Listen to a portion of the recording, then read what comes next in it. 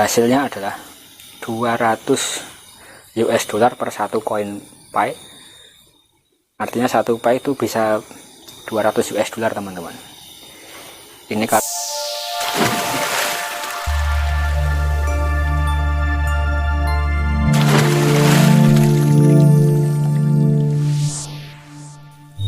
Bismillahirrahmanirrahim. Assalamualaikum warahmatullahi wabarakatuh. Kembali lagi bersama saya dalam channel mengulas seputar dunia bisnis, sharing-sharing bisnis, mining, cryptocurrency, dan lain-lain untuk menghasilkan cuan secara bersama-sama, tentunya dengan cara yang gratis. Oke teman-teman, saya ucapkan terima kasih kepada teman-teman rekan-rekan semua yang sudah nonton video saya dan sudah melakukan subscribe. Dan untuk teman-teman yang baru menemukan channel ini, jangan lupa klik tombol subscribe-nya dan jangan lupa silahkan tonton video-video saya yang lainnya.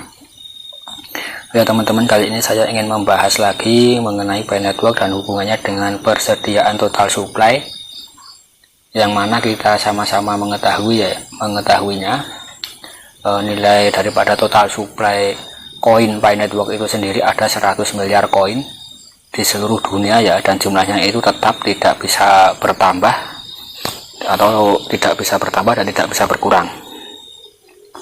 Yang mana apa hubungannya dengan harga Pi Network yang segitu banyaknya bisa mencapai harga 100 dolar atau bahkan ada yang mengasumsikan 1000 dolar dan lain-lain ya. Dan di sini saya ingin membahasnya dari segi perspektif logika yang logik ya teman-teman, agar teman-teman juga bisa mendapatkan suatu wawasan, edukasi, dan pencerahan. Oke ya teman-teman, di sini saya ingin pertama-tama kali ingin membuka wawasan teman-teman mengenai kita asumsikan kepada uang fiat, misal uang rupiah ya. Di sini saya ambil contoh jumlah peredaran uang rupiah yang beredar di Indonesia pada tahun 2021 ini ya teman-teman. Ini data resmi 2021 ya. Kita lihat saja ada di kompas.com. Uang beredar di Indonesia terus meningkat, berapa jumlahnya saat ini. Jadi Bank Indonesia atau BI mencatat likuiditas nasional atau uang beredar dalam arti luas M2.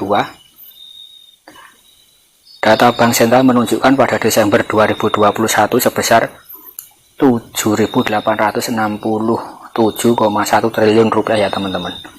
Dan ini tumbuh 13% secara tahunan. Artinya nilai rupiah ini terus mengalami pertumbuhan ya teman-teman. Pertumbuhannya bukan arti nilainya, tapi pertumbuhan jumlahnya.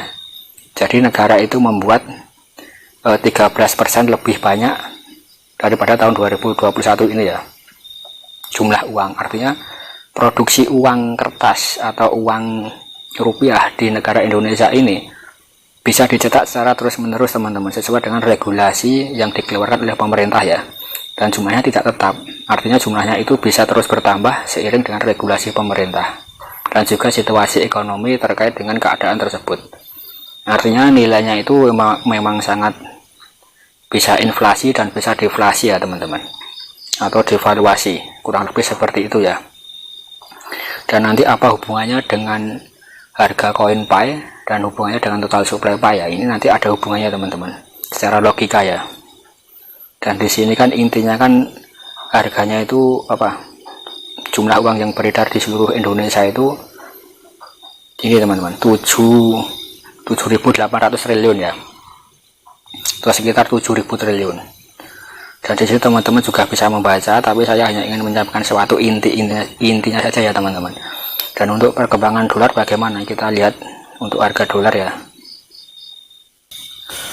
Sedangkan bagaimana jumlah uang dolar yang beredar ini ya teman-teman, kita juga harus membandingkan dengan dolar ya. Tadi kan rupiah yang beredar 7.000 triliun, kalau sekarang yang dolar ini yang beredar itu berapa dolar ya.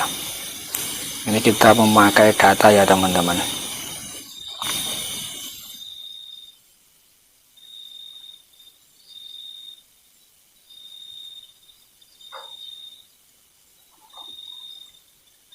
Teman-teman juga bisa melihatnya, dan di sini ada diagram ya teman-teman, April 2021 sampai Januari 2022.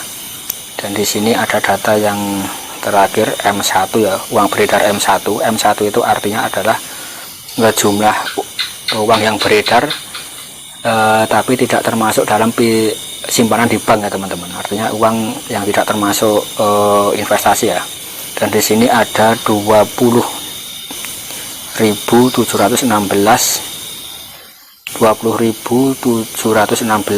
miliar US dollar ya pada Januari 2022. Ini kalau di rupiah kan berapa ya teman-teman? Ada 20.000 miliar USD atau sekitar 20 triliun dolar teman-teman. Dan di sini nanti akan saya perlihatkan gambaran logikanya kepada teman-teman dan hubungannya dengan Pi Network ya. Oke teman-teman, tanpa membuang-buang durasi, saya sudah menyiapkan materi untuk teman-teman dan rekan-rekan semuanya agar ini juga bisa menjawab bang, mas, atau bro, brother, ntar kalau semua orang sudah mempunyai koin Pi, terus yang beli siapa itu ya.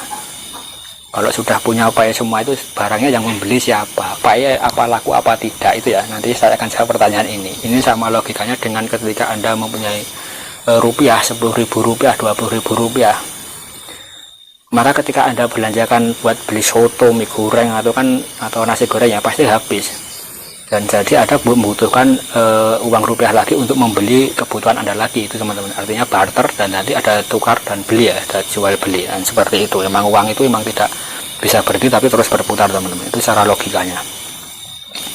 Nah di sini asumsi atau logikanya di sini adalah jumlah uang rupiah yang beredar 2021 7.000 triliun. Ini saya asumsikan paling sederhana saja, 7.000 triliun rupiah, dan jumlah uang dolar yang beredar ada 20.000 miliar US dollar atau sekitar 20 triliun dolar ya.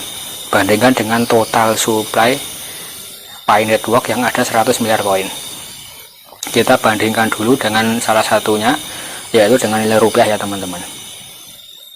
Bandingkan dengan nilai rupiah yang beredar tanpa menghitung inflasi ya. Ini kalau dihitung dengan inflasi maka ini 7.000 nanti terus bertambah teman-teman, tapi ini kita stop menjadi 7.000 triliun rupiah ya, dibagi menjadi 100 miliar koin Pi, dan hasilnya adalah 70.000 rupiah per satu koin Pi teman-teman. Dan ini artinya adalah satu koin Pi ini kalau disetarakan total supply-nya dengan total supply rupiah yang beredar itu mewakili 70.000 rupiah teman-teman. Dan apakah ini sangat worth it dan bisa berkembang? Tentu saja bisa teman-teman, karena ini kita hitung dari satu negara ya. Bahkan Pi Network ini adalah jangkauannya luas seluruh dunia teman-teman, dan ada beberapa negara yang bergabung dalam Pi Network ini ya. Dan kita harus bandingkan lagi dengan mata uang yang lain, yaitu tadi yang dolar ya. Bandingkan Pi dengan peredaran dolar teman-teman. Ini ada 20 triliun dolar dibagi 100 miliar koin Pi. Hasilnya adalah 200 US dollar per satu koin Pi. Artinya satu Pi itu bisa 200 US dollar teman-teman. Ini kalau kita asumsikan total supply dan total supply ya. Jadi memang seimbang teman-teman. Kita menggunakan total supply US dollar dan kita menggunakan total supply Pi Network ya. Ini hasil sebandingnya seperti ini teman-teman, 200 US dollar per satu Pi. Jadi sangat adil sekali ya teman-teman. Jadi kalau ada rekan-rekan semua yang bilang 100 dolar halu, 1000 dolar halu, yaitu silahkan. Ini saya hanya ingin menyampaikan suatu asumsi atau suatu logika daripada total supply itu sendiri teman-teman. Karena fungsi daripada Pi Network ini adalah untuk alat pembayaran. Jika FIRE dibandingkan dengan semua mata uang fiat di dunia jauh lebih besar lagi nilainya itu ya teman-teman. Jika kita bandingkan dengan negara-negara yang tergabung dengan Pi Network dan total supply-nya, maka nilai Pi ini bisa lebih tinggi lagi teman-teman. Ini baru kita bandingkan dengan rupiah dan dolar saja, belum dengan yuan, yen, dan lain-lain ya. Dan di sini teman-teman nanti juga bisa mengambil suatu kesimpulan. Nanti teman-teman juga bisa mengambil suatu kesimpulan daripada asumsi yang ini ya teman-teman, atau bisa mengambil suatu pelajaran dan wawasan kepada teman-teman semuanya mengenai Pi Network ini ya. Karena kalau kita membedah dan mempelajari Pi Network ini akan ada banyak sekali hal-hal yang bisa kita pelajari ya teman-teman, dan kita bisa menemukan hal-hal yang baru. Dan di sini Pi Network juga ada marketnya ini ya, marketplace ini ya. Dan di sini memang kalau kita lihat harga-harganya itu memang sangat terjangkau sekali. Mobil hanya 600 koin Pi Dan di sini motor hanya 35 koin Pi. Ini kalau di ekosistem dunia harga segini itu memang sangat wajar sekali teman-teman. Artinya memang koin Pi itu memang harganya itu tidak bisa turun daripada 100 US dollar kalau dari segi logika ini tadi ya teman-teman. Dan ini juga sekaligus menjawab para haluer semuanya, dan itu saya persilahkan itu menjadi suatu opini masing-masing ya teman-teman. Tapi ini semua bisa berhasil ketika proyeknya ini goal atau berhasil teman-teman. Dan jadi emang proyek itu bisa gagal atau bisa berhasil ya teman-teman. Itu tergantung daripada kesulitan dan kerja keras, serta tergantung sekali daripada komunitasnya ya. Oke, semoga teman-teman juga bisa mendapatkan suatu inspirasi, dan jika teman-teman suka video ini silahkan di like, share, dan subscribe ya. Oke.